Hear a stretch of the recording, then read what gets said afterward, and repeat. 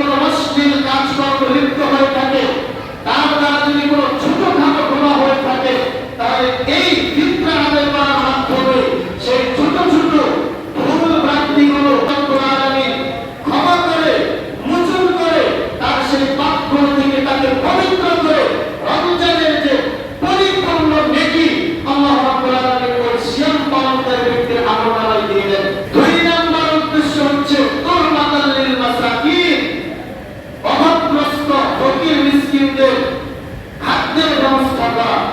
সাদাকাতুল ফিতরটা হচ্ছে প্রত্যেক মুসলিম নর নারী, প্রাপ্ত অপ্রাপ্ত, ধনী গরিব সবার উপরে, যাদের বাড়িতে ঈদের দিনের একদিনের খাদ্য রয়েছে, তাদের উপরে প্রত্যেক মুসলমান নরনারীর উপর, স্বাধীন পরাধীন সকলের উপরে এই সাদাকাতুল ফিতরটা হচ্ছে ফরজ। ফিতরা আমাদেরকে খাদ্য দিয়ে দিতে হবে, টাকা দিয়ে নয়। টাকা দিয়ে ফিতরা দেওয়া যাবে না। এর 4টি কারণ রয়েছে। 1 নম্বর কারণ হচ্ছে টাকা দিয়ে ফিতরা দিলে নবী মুহাম্মদুর রাসূলুল্লাহ সাল্লাল্লাহু আলাইহি ওয়াসাল্লামের বিরোধিতা করা হয়। কিভাবে? নবী মুহাম্মদুর রাসূলুল্লাহ সাল্লাল্লাহু আলাইহি ওয়াসাল্লাম এই ফিতরাকে খরচ করেছেন খাদ্যদ্রব্য দিয়ে। এই কারণে টাকা দিয়ে যদি কোনো ব্যক্তি ফিতরা দেয়, তাহলে নবী মুহাম্মদুর রাসূলুল্লাহ সাল্লাল্লাহু আলাইহি ওয়াসাল্লামের বিরোধিতা করা হয়। এই জন্য টাকা দিয়ে ফিতরা দেওয়া যাবে না, টাকা দিয়ে ফিতরা দেওয়া যাবে না। 1 নম্বর কারণ হচ্ছে নবীর সাথে বিরোধিতা করা হয়, টাকা দিয়ে ফিতরা দেওয়া যাবে না। 2 নম্বর কারণ হচ্ছে কোন একজন সাহাবী টাকা দিয়ে ফিতরা আদায় করেননি। বিদায় হজ্জে 1,24,000 বেশি সাহাবায়ে কেরাম উপস্থিত ছিলেন, তাদের একজনও টাকা দিয়ে সাদাকাতুল ফিতর, যাকাতুল ফিতর আদায় করেননি।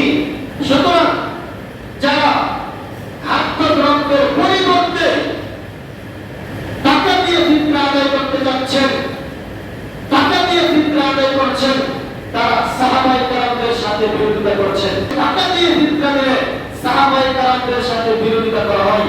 টাকা দিয়ে ফিতরা দেওয়া যাবে না। 3 নম্বর কারণ হচ্ছে ফিতরাটা ফরজ একটি ইবাদত, এবং এই ফিতরা কি দিয়ে দিতে হবে, ফিতরা আপনি কি দিয়ে দিবেন, ইসলাম শরীয়তটা শিখিয়ে দিয়েছেন।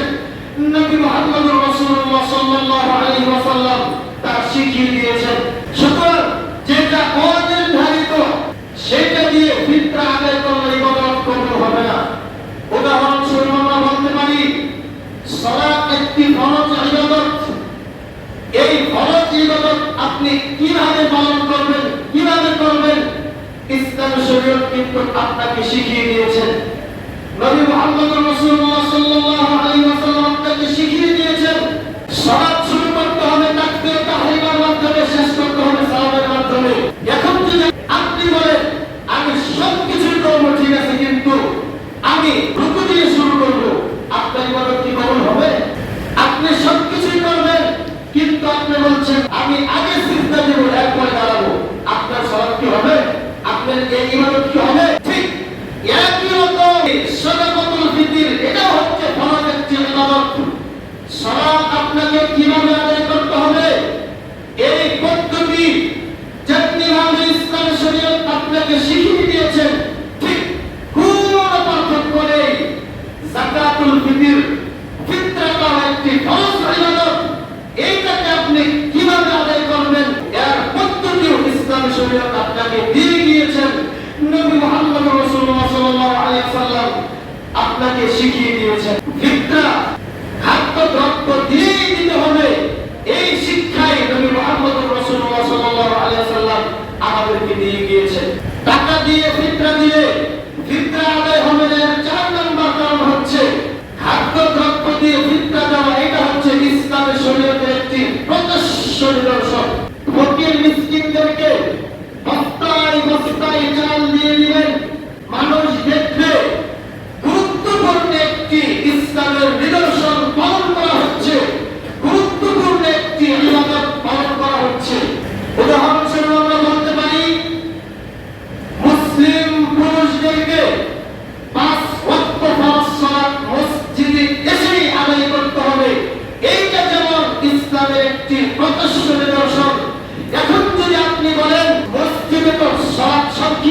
করা হয়, সৎখাত সালাত আদায় করা হয় না। আমরা সৎখাতে সালাত আদায় করবো না।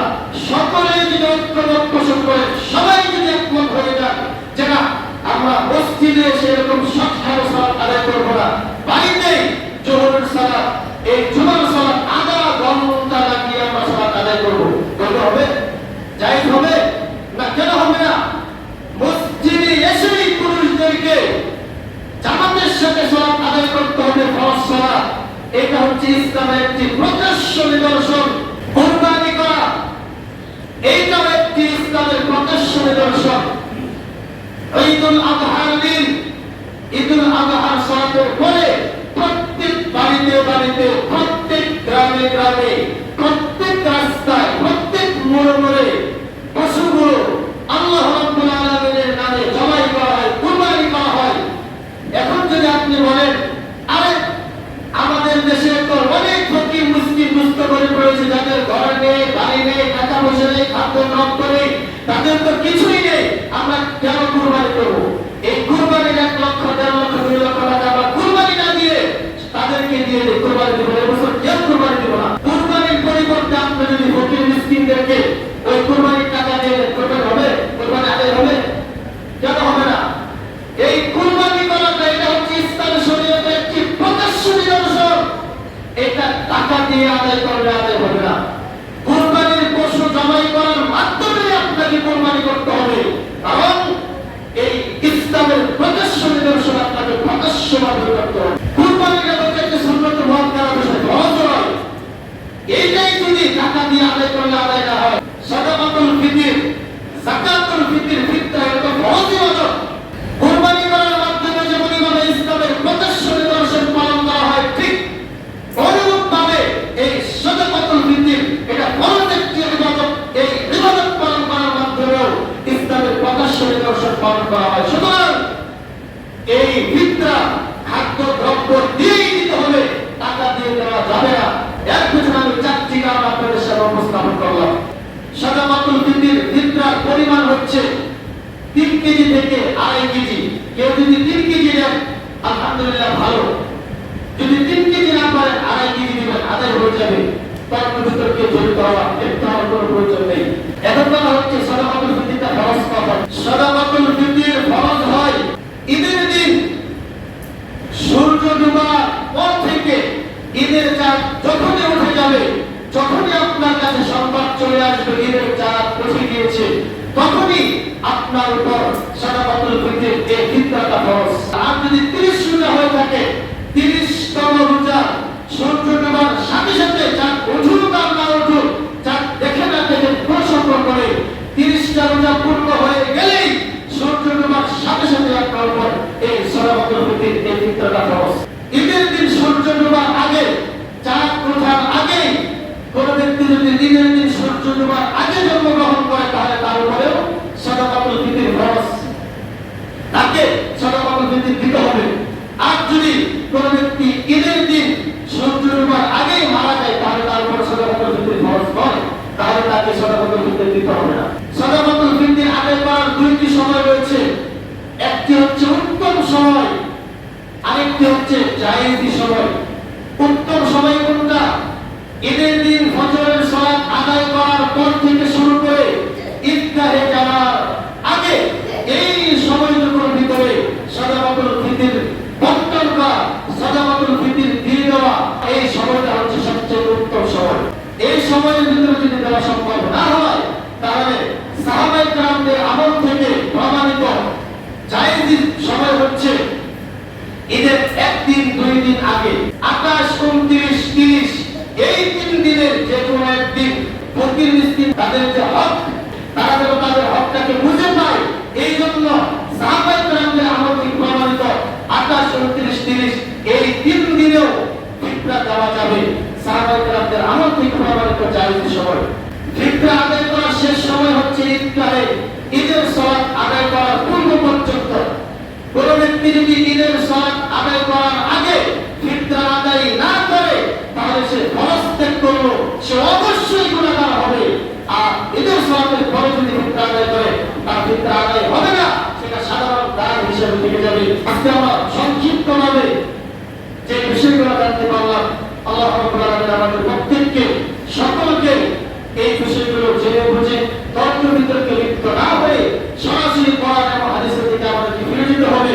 কার কথায় কান না দিয়ে কোরআন এবং হাদিস আল্লাহ রাসূল যা দিয়েছেন সেদিকে আমাদেরকে মনোনিবেশ করতে হবে, সেদিকে এগিয়ে যেতে হবে, সেদিকে আমাদেরকে ধাবিত হতে হবে। আল্লাহ